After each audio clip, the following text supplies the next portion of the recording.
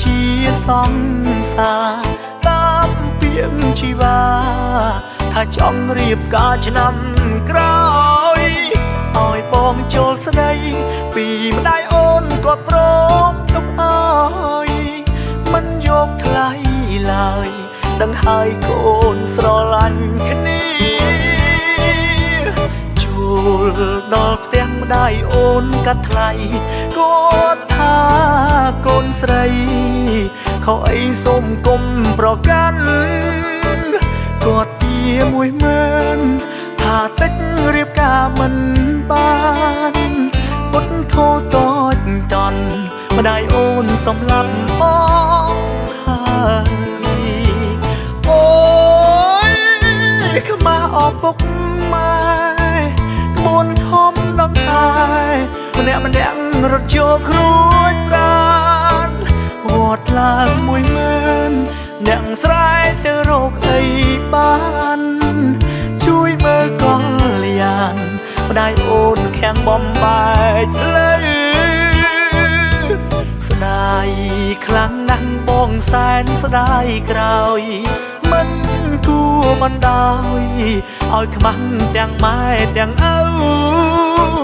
បងស្រឡាញ់អូនតែយើងចាំជាតិក្រោយទៅជាតិនេះគ្មានផ្លូវម្ដាយបើបងគប់10000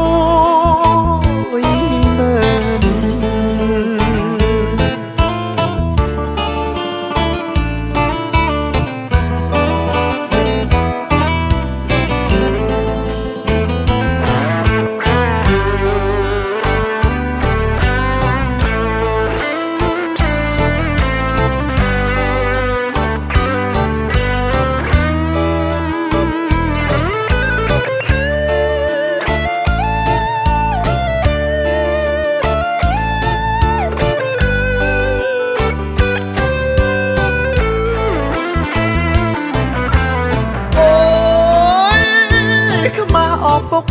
ម៉ែក្បួនធំដងហើយម្នាក់រត់យកគ្រួចប្រាណវត្តឡើង10000អ្នកស្រែកទៅរកអីបានជួយមើលកលយានម្ដាយអូនខាំងបំបែកផ្លូវស្ដាយខ្លាំងណាស់បងសែនស្ដាយក្រោយមិនគួរបណ្ដោយឲ្យខ្មាស់ទាំងម៉ែទាំងឪបងស្រឡាញ់អូនតែយើងចាំជាតិក្រោយទៅជាតិនេះគ្មានផ្លូវម្ដាយបើបងគប់10000បងស្រឡាញ់អូនតែយើងចាំជាតិក្រោយទៅជាតិនេះគ្មានផ្លូវម្ដាយបើបងគប់